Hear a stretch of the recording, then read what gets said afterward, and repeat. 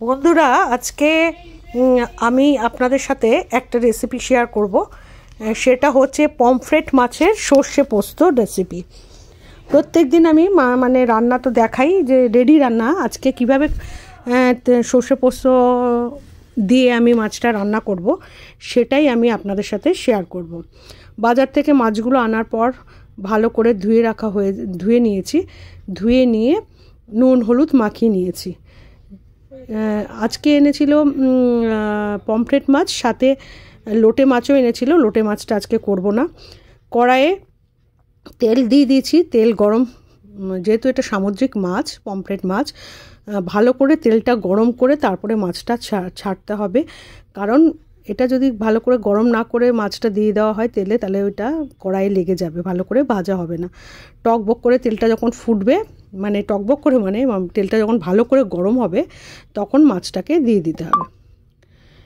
মাছগুলো আমি যেহেতু বড় বড় মাছ ছিল, সেই জন্য আমি দুটো প্রথমে দিয়েছিলাম, তারপর 3টে দিলাম। আরেকটা দেওয়ার ইচ্ছা ছিল কিন্তু দিতে পারিনি, যেহেতু মাছগুলো একটু বড় বড় ছিল। মাছগুলোকে আমি ভালো করে এপিট ওপিট করে ভালো করে ভেজে নিচ্ছি।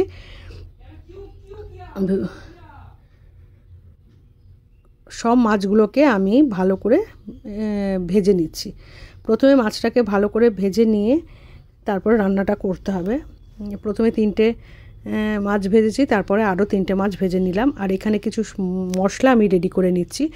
এখানে আমি সর্ষে আর পোস্ত, আমি 2.5 চামচ মতো পোস্ত আর 1.5 চামচ মতো সর্ষে, তার সাথে 5-6টা কাঁচা লঙ্কা, একটু সামান্য নুন দিয়ে মিক্সিতে পেস্ট করে নিয়েছি। এই যে পেস্টটা দেখছেন। এবার ওই পেস্টের মধ্যে আমি একটু হলুদ আর একটু জল দিয়ে দিলাম। জল দিয়ে একটা চামচের সাহায্যে ভালো করে নাড়িয়ে আমি মশলাটাকে রেডি করে নিলাম।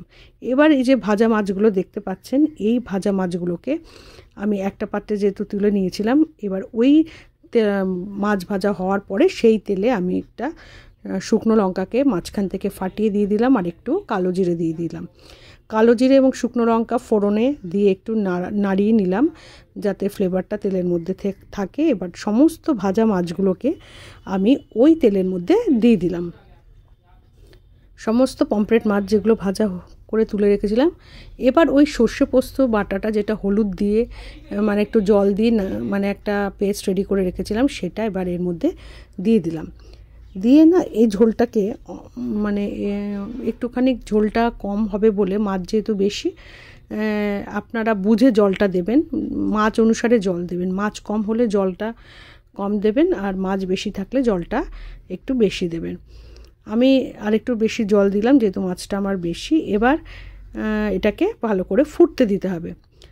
আর একটু যেহেতু নুন দেওয়া হয়েছিল না, এখানে আমি পরিমাণ মতো নুন দিলাম স্বাদ অনুসারে, দিয়ে ভালো করে নাড়িয়ে নিলাম। নাড়িয়ে এটাকে বেশ কিছুক্ষণ ধরে ফুটতে দিতে হবে। বেশি দেখুন ফুটে উঠেছে মাছগুলো। ঝোলটা এমনভাবে রাখতে হবে যাতে বেশি শুকিয়েও যাবে না, আবার একটু ঝোলঝোলও থাকবে, কাদা কাদা থাকবে। এবার দেখুন ঝোলের ঘনত্বটা একটু কমে এসেছে। এই অবস্থায় আমি কিছু কুচানো ধনেপাতা এর মধ্যে দিয়ে দিলাম। কারণ ধনেপাতার একটা আলাদা ফ্লেভার আছে এবং এটা খেতেও ভালো লাগে। আর সর্ষে পোস্ত রেসিপিতে, বিশেষ করে মাছের সর্ষে পোস্ততে একটু ধনেপাতা দিলে খেতে কিন্তু ভালোই লাগে। বন্ধুরা, আপনারা কি বলেন? আপনারা কি ধনেপাতা খেতে পছন্দ করেন? তাহলে অবশ্যই কমেন্ট করে জানাবেন। না খেলেও, না ভালো পছন্দ করলেও জানাবেন, ঠিক আছে? দেখুন ঝোলের ঘনত্বটা অনেকটা কমে এসেছে। এবার খানিকক্ষণ ফুটে উঠলেই আমি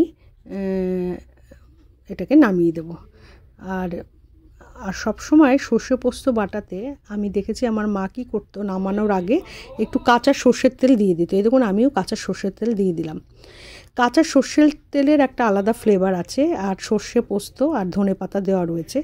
এই কাঁচা তেলের ফ্লেভারটা ওই মশলার মধ্যে পুরো ঢুকে যাবে। এই অবস্থায় একটা ঢাকনা চাপা দিয়ে রাখবেন, তাহলে দেখবেন। দেখুন আমি গ্যাসের ফ্লেমটা বন্ধ করে দিয়েছি। আমার পমফ্রেট মাছের সর্ষে পোস্ত রেডি। এবং দেখুন টেক্সচারটা কত সুন্দর এসেছে, মাছের ঝোলের কালারটাও মানে সর্ষে পোস্তর কালারটাও দারুণ এসছে। একটুখানি কাঁচা তেল দিলে না, দেওয়ার পরে একটু অবশ্যই আপনারা ঢাকনা চাপা দিয়ে রাখবেন, কেমন? তাহলে দেখবেন ওটার একটা আলাদা ফ্লেভার, একটা আলাদা গন্ধ, খুবই ভালো লাগবে খেতে, খুব ভালো লাগবে।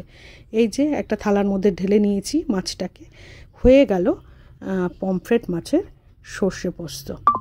ঠিক আছে বন্ধু, এবার আপনাদের কেমন লাগলো আমার রেসিপিটা অবশ্যই কমেন্ট করে জানাবেন। ভালো লাগলে একটু লাইক কমেন্ট শেয়ার করে দেবেন। Thank you, bye by.